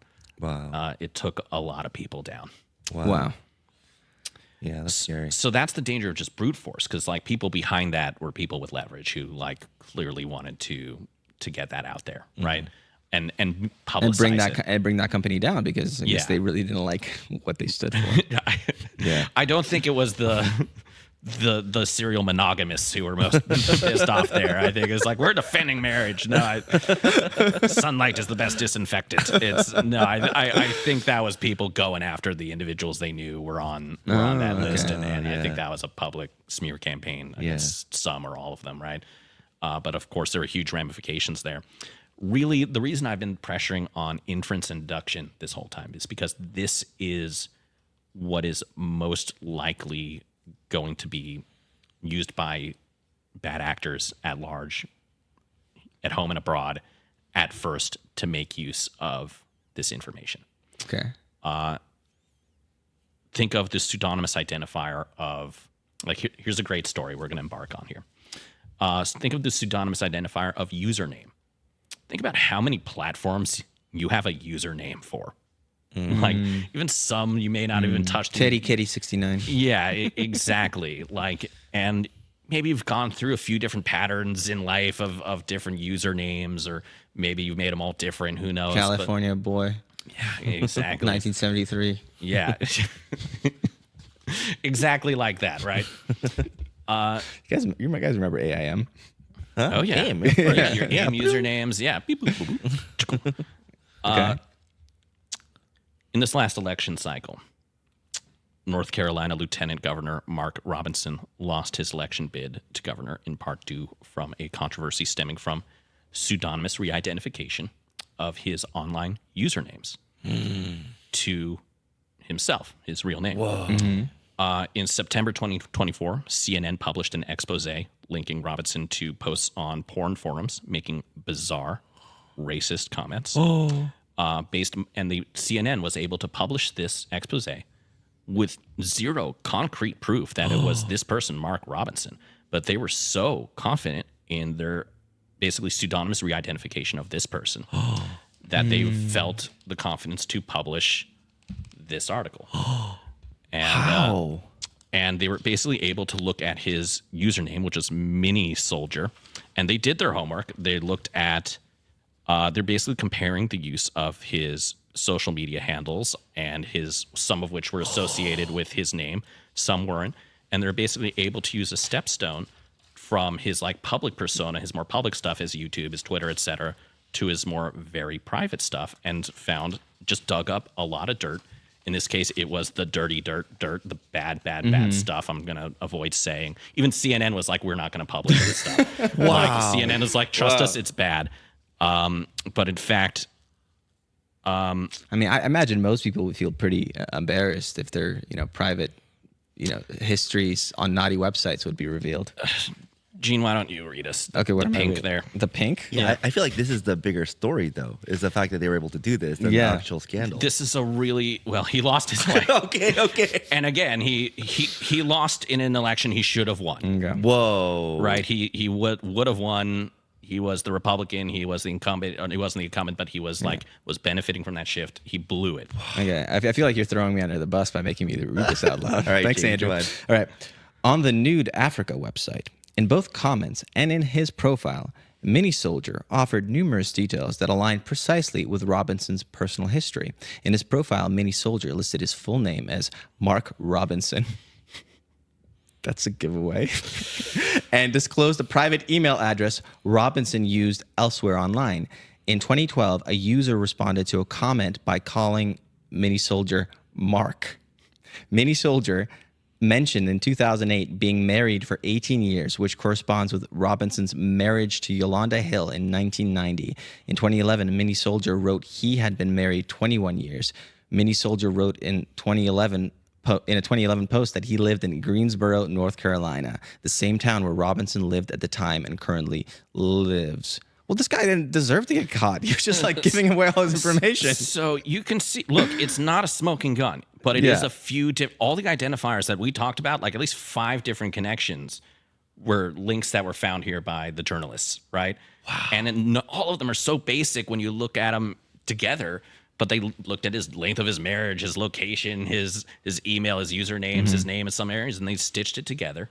And CNN was able to paint a really comprehensive picture of this guy. And so if people kind of have a sense of what's going on here, they have a chart here of the different places they're looking. So they're looking at this forum, Nude Africa.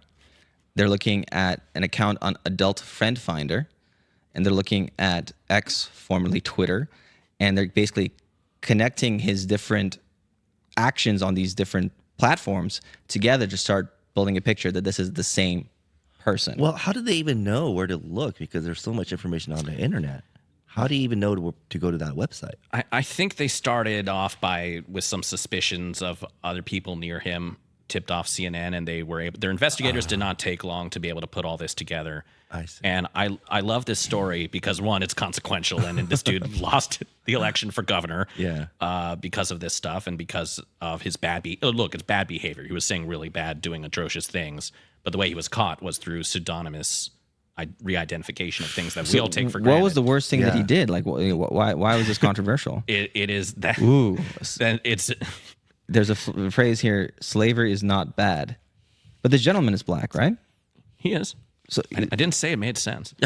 Yeah. So Mark Robinson is a black gentleman, and I guess on this thing, he wrote a line that says, slavery is not bad. He said some bad things. He said some I'm a channel ending. black member of Hitler's political party. Oh my goodness. We're still not allowed to say that word, right? Yeah, well, Okay, whatever. He said the words that a podcast should not say. Yeah, ever. exactly. Still don't know why. And ask YouTube. Mark. That's so like that example of how CNN was able to out him is the theme here, right? That is a very concrete visualization of the reasoning that it is not difficult reasoning to sometimes re-identify people, right? Yes, he was very careless, but was he any more or less careless than many of the rest of us are? Right. Yeah.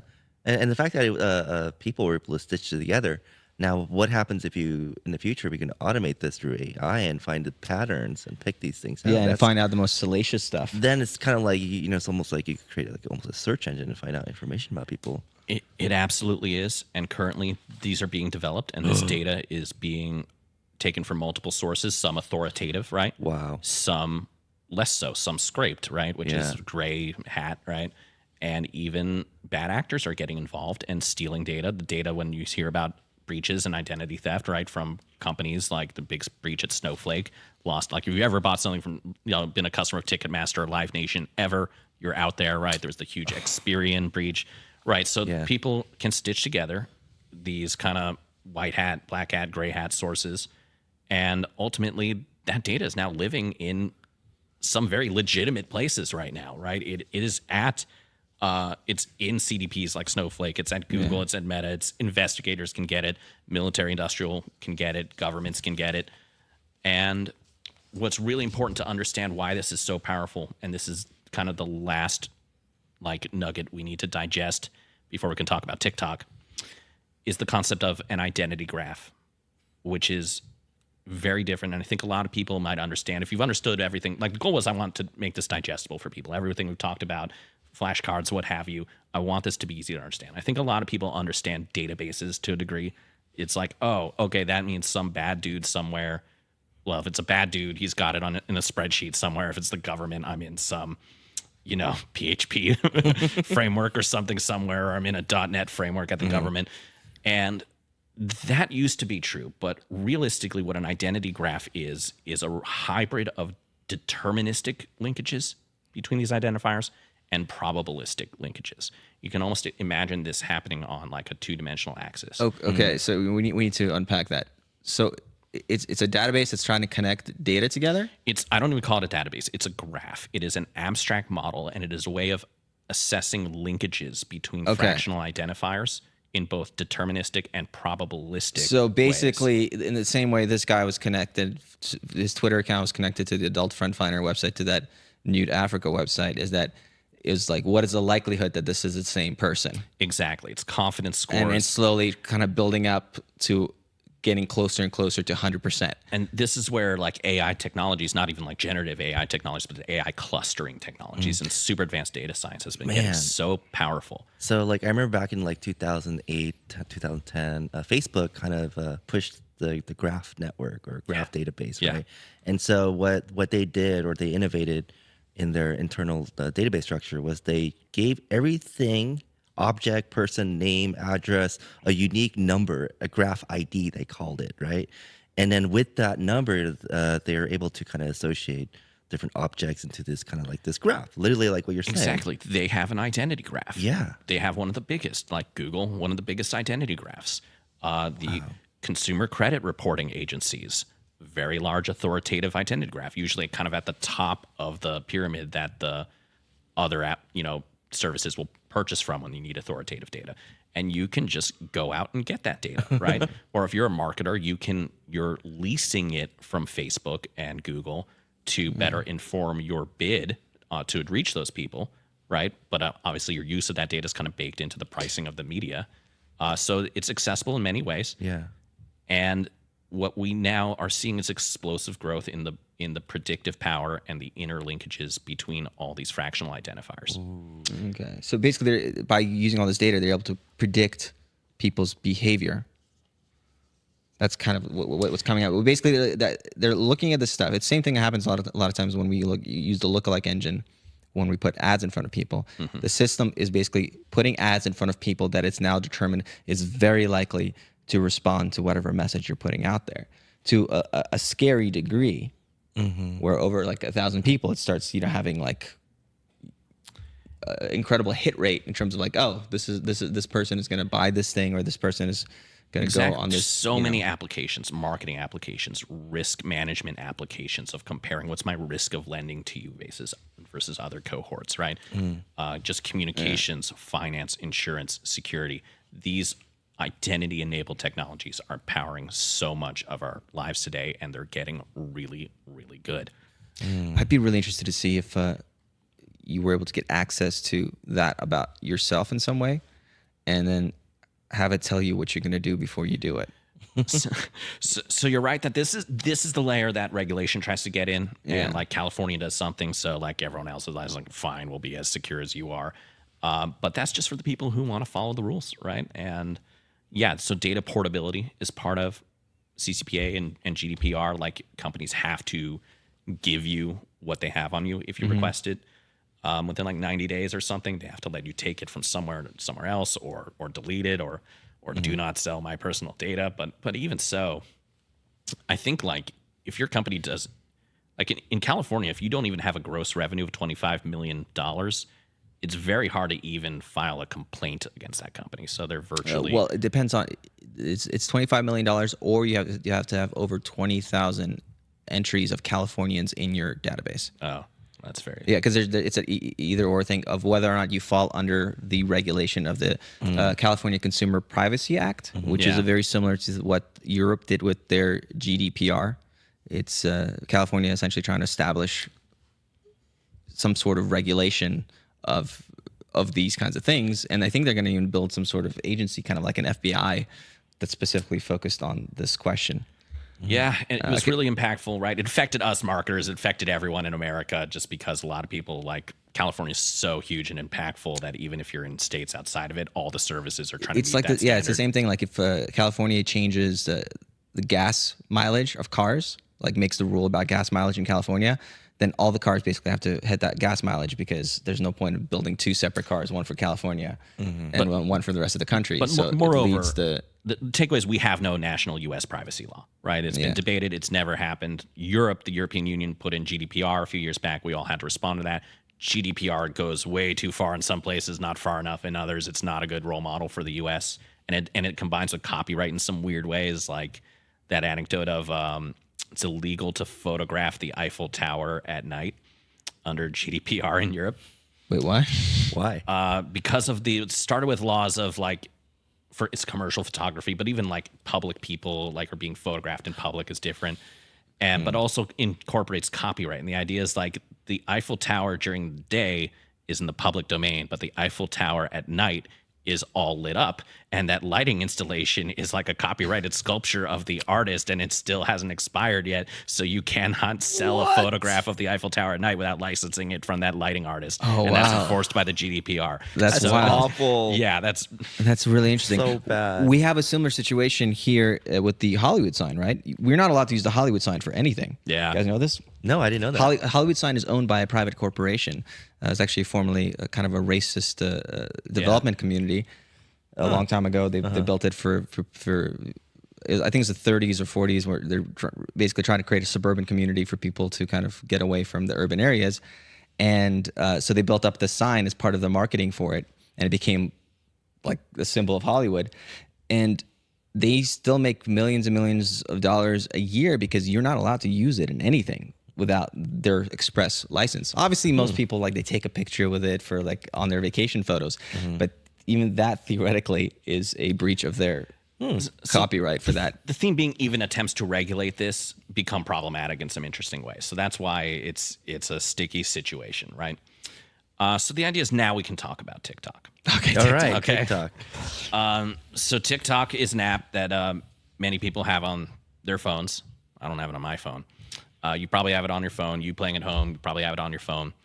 Been a lot of discussion and activity around this. It is, of course, owned by Chinese company ByteDance.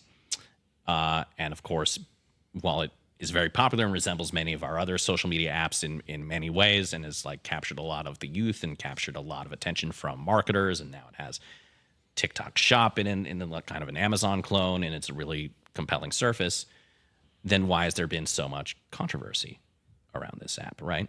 Well, now I think maybe we have a little bit of an implication of where this conversation's going, right? We've talked about all these identifiers. Yeah. Trump passed an executive order banning TikTok in 2020.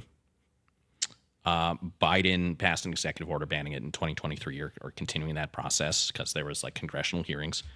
There's been a congressional ban on TikTok on any government installed device. Same with, or even in the household of government employees, there's some restrictions, right? Wow. If your dad works for the government, right? Or even like Huawei phones, same thing. That's the hardware level. Can't work for the government, use a Huawei phone. Wow. So there's been real concern around this. The House, it went to the Supreme Court even, and even argued, though the argument was made successfully that Americans have a First Amendment right to expose themselves to foreign propaganda. But America. Think about that. That's actually It's a right. such a beautiful It's a right. Like I love you have that. the right to delude yourself as much as you want. That's very strong. Nevertheless, the national security implication, the powers of Congress to ban this are supreme, right? It looks increasingly like this is a munition being deployed against us. Well, I know it's being considered as a munition. It is now. Well, because there's an aspect of this whole TikTok thing. If TikTok was being sold, right, the Chinese communist government considers the algorithm of TikTok as a national interest. Yes. So they would have to sell TikTok without the algorithm. So the algorithm They're not isn't allowed even to on the they're, table. they're not allowed to export the TikTok algorithm because it's considered a military national interest for the Communist Chinese Party. So they can sell the data and the users, but they have to build a completely new algorithm. Crazy. So I don't really like conspiracy theories. I don't. I lean love into conspiracy it. theories. I know you do, but I think we all know some. We have had a few recently with Justin Baldoni and Blake Lively. It's been so good. Well, there's I mean conspiracy theorists at large. I mean the Pizzagate people. Like Okay. I mean like I think psychologically those people have a screw loose, or moreover, I think conspiracy theorists need the conspiracies to be true to validate their already like traumatic experiences with the government or with certain people, right? It is. It's also it falls under kind of a subset of narcissism. It does. Where when you are somebody who is aware of a conspiracy theory, it puts you into the center of your own thriller novel. Yeah, You know I'm something special that enough others don't know. Yeah. to be tracked. And so feeling like you're in the know about Area 51 and telling people like, oh, you don't know this thing, right? It's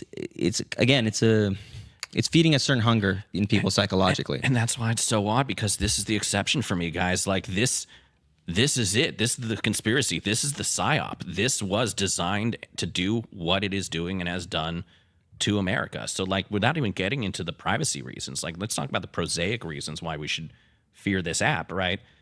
For starters, this is the scariest thought I can think of. Like one of these kids doing the meme dances on TikTok is a future president, is a future 5-star general, is a future Secretary of Defense, right? Like, and with all of the dirt then and just some dumb mistakes and leverage that people are exposing themselves to, this is massive leverage that is being delivered to a foreign adversary that is already deploying cyber attacks on us, right? Wow. That's just the baseline. And you've shown me other stories of people's personal identities just being stolen as it's a vehicle for these. Yeah, there was this one particular story. I sent you the article about it where I'm Ukrainian. Obviously, I care deeply about what's going on in Ukraine with the war. There was a move that was made in China where they they took the TikTok account of a cute Ukrainian blogger, and they created deep fakes of that account that was basically having her speaking in Chinese, interestingly, delivering promotional propaganda for the Chinese people to support Russia's side in the conflict.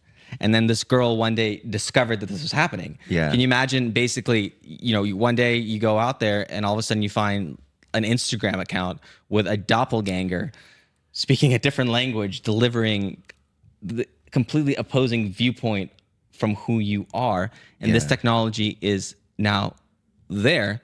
I mean, it's entirely possible. Like, we've spent enough time on camera with this podcast that at some point somebody can create a complete deep fake of us saying God knows anything. And if you didn't have a target on your back before this podcast, you do now. So obviously the Chinese have. Sorry, have a, Gigi. Yeah. So obviously the CCP has a stake in allowing this to happen on their platform when it suits their like geopolitical reasons, right? That's like big picture propaganda, like what propaganda as a munition really is to be able to influence conflict at that scale. That's not even what's driving the privacy debate, right? So really you have to understand, and a lot of Americans, this is a big gap in their understanding because they're just like, why do I care if a Chinese company has my data? Chinese companies are not like US companies. This is for starters, they don't allow any of our social media over there. You don't have Facebook and Google in China. How that wasn't the end of the conversation, I don't know. Like, why Yeah, it's should very we have asymmetrical. it here? So Yeah. we're on an asymmetrical playing ground for starters because they censor Western media because they're an authoritarian one-party state, right? In China, there's a lot of Chinese businesses, and they do a lot of good, and they're very successful and look like American businesses or Western businesses in many ways. In China, depending on your sector and your industry and your province, something like every nth employee is a CCP party liaison, or in other words, what they call it in the Soviets, it was an apparatchik or A commissar. a commissar or essential or an uncle, right? And these are people who are essentially spies for the government that are legally required to be installed in your company. No way. And have a presence, and they have a job, and it's one to report any disloyalty or anything that's out of sync with the party's vision. Yeah. And moreover, it's to recruit assets for the government, and that includes all of your company's data, and that includes all of your company's personal data on its users. And if those users are Americans, then I promise you there are hundreds, if not thousands, of people associated with ByteDance, and is their job every single day to make the most intelligence out of the users of this platform. Wow. And it is a direct pipeline. It is the hypothesis here. Now that's a fact. Where the speculation begins, and if you ask me, Andrew, why is TikTok a threat to Americans' privacy? Why should a 17-year-old cheerleader from Ohio not want to have her data exposed to this platform, or at least make it so easy to deliver it to them? Is that they are building, like many companies in America, regulated companies, they are building an unregulated identity graph of Americans. Wow. And it's very powerful, and they are using this to coordinate cyber attacks.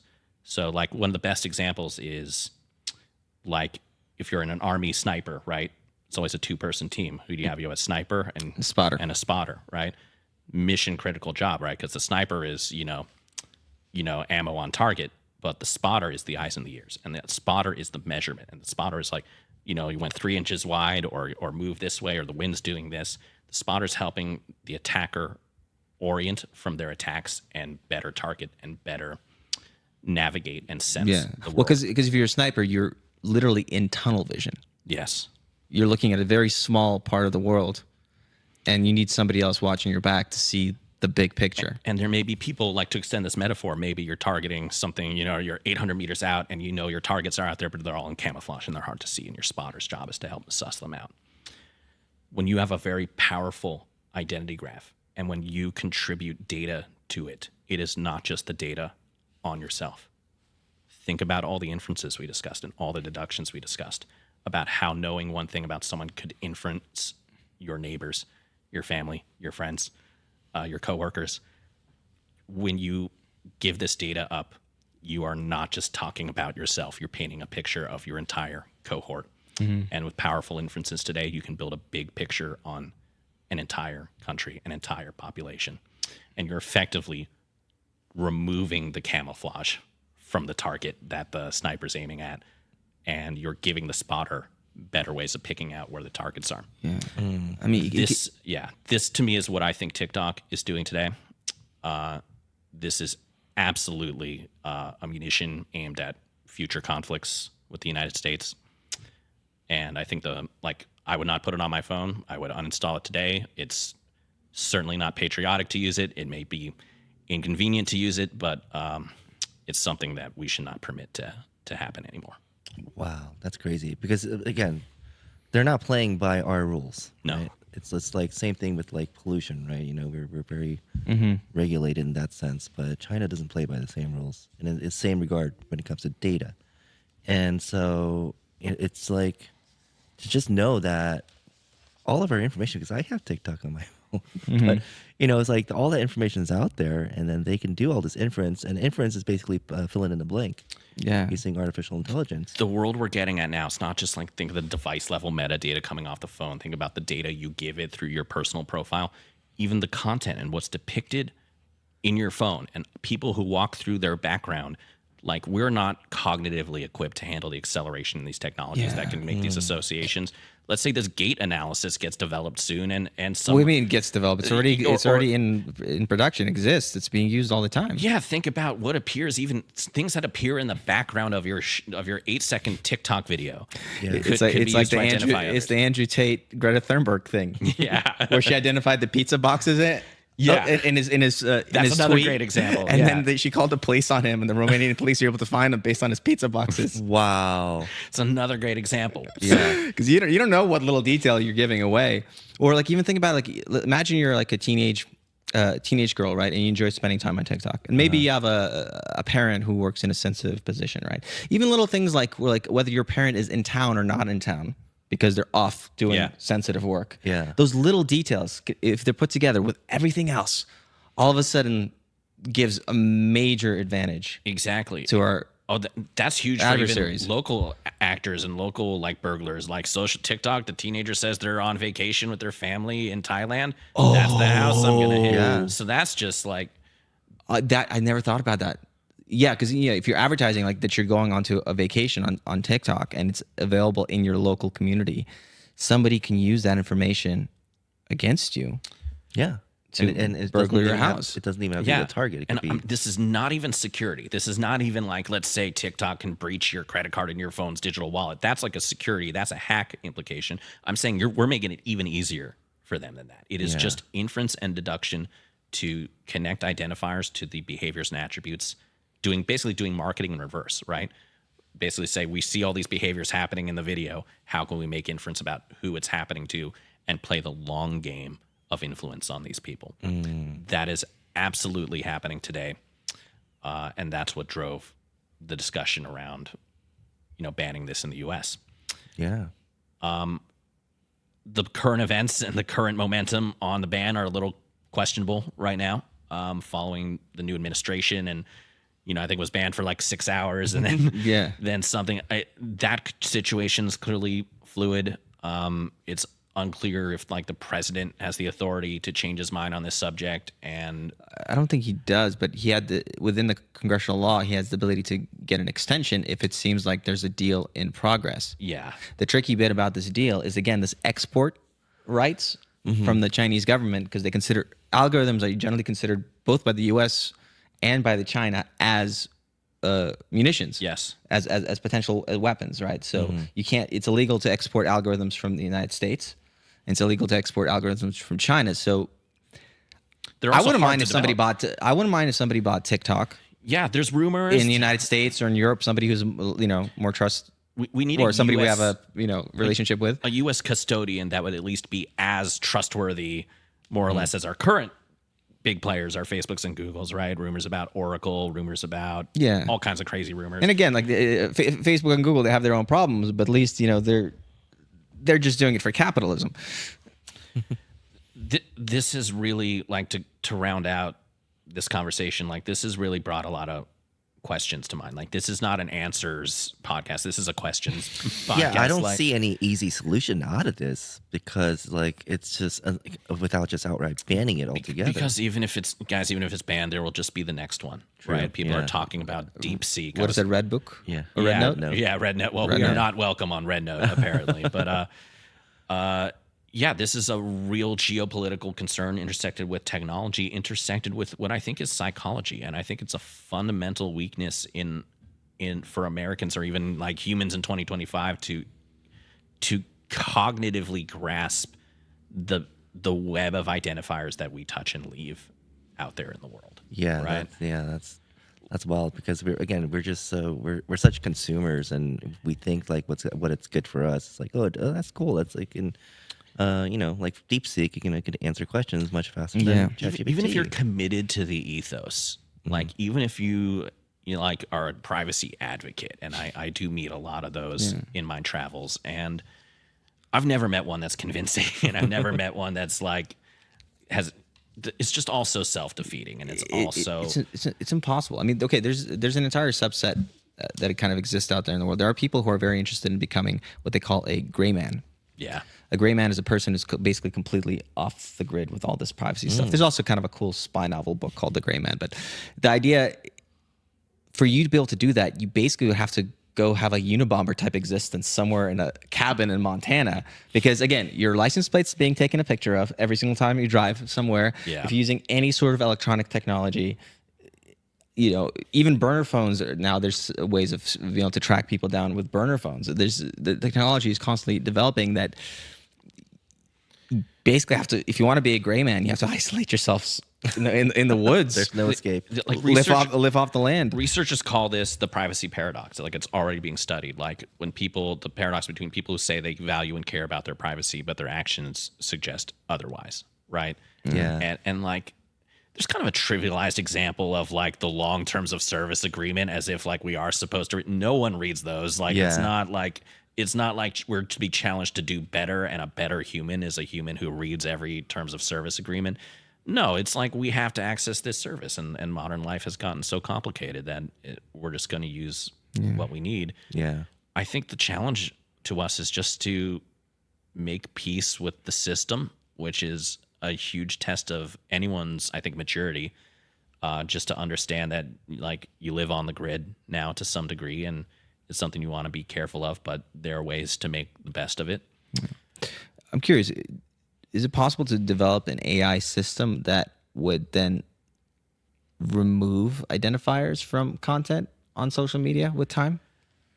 Like something that that guides you in your efforts for privacy. Well, there are tools out there. There are services that kind of sabotages yeah, content. You know what I mean? So that there's actual tools out there where they can modify images where it looks the same, but it injects things to make it untrainable. So you went the next level. So like the first level, there are services that do purport to do some level of data deletion from the good guys who will honor those requests. No, but I'm not talking about the data deletion, but I'm talking about as you move through the world, right? You obviously have to, in some way, usually be using these tools, but we obviously need guidance of like, oh, you don't want to have a street sign in the back of your photo, right? Like these little things to start teaching us to be more, I guess, digital privacy literate. And again, things like GPS locations. Like we need to use them, but potentially with time we need to develop technology where it hard shuts off those tools. Yeah.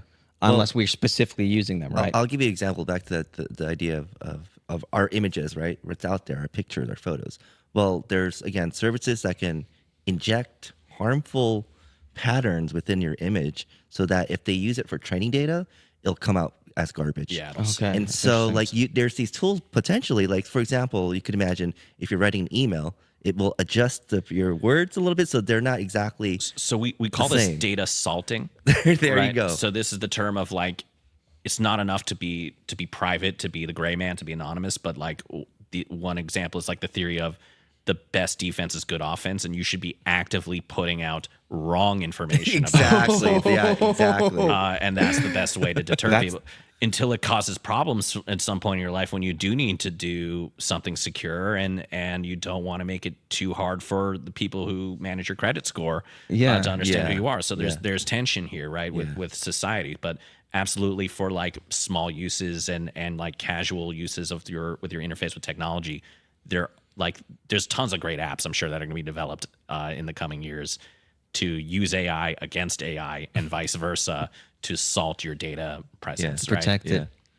Because remember, influencers like often don't want that. They want to be on the grid. They want to see they're at Melrose. There's so much. So there's so much tension from both sides here, and it seems like those who want to be on the grid have been gradually winning the tug of war, and so the technology develops to support that even more, and it's recursive. And I don't see a sea change in our fundamental attitude. I think we'd rather have the shiny toys and make our peace with the consequences. Yeah. Well, I mean, one of the consequences, right, is embarrassing things, right? Because that's a lot of times what might come out of this stuff is having embarrassing things that come out against you.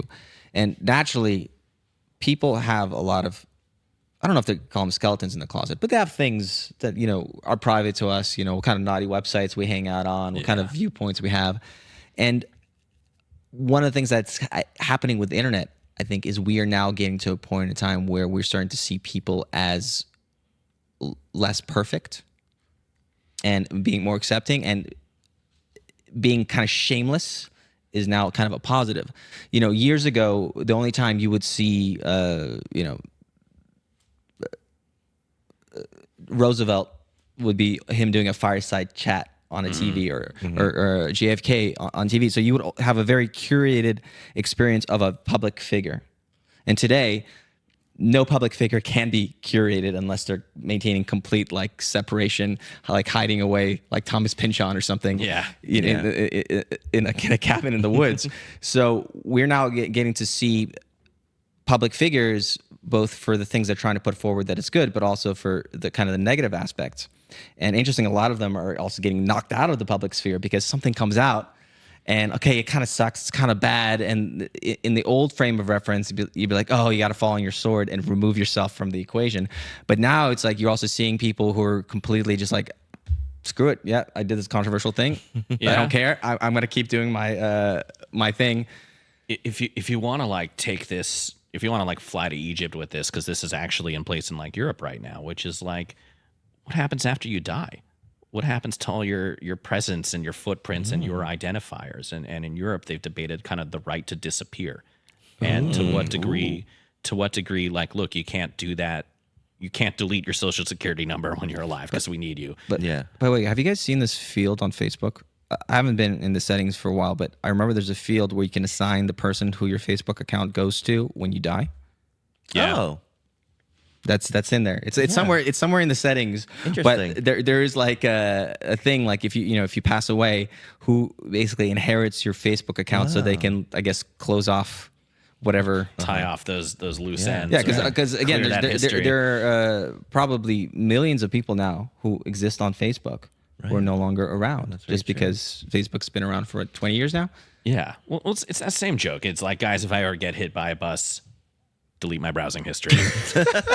and the real question is, Europe just basically said, well, maybe the government should do that automatically if you're opted in or opted out. But it's something that Americans have not discussed that yet. To what degree should our digital footprint be our enduring legacy? Should our social media posts be something that guys, think about AIs of the future 1,000 years from now, training ancestor simulations off of your MySpace posts when you were 13. Yeah. And this is one way that you have an option of this one option for immortality that faces every single one of us is allowing this.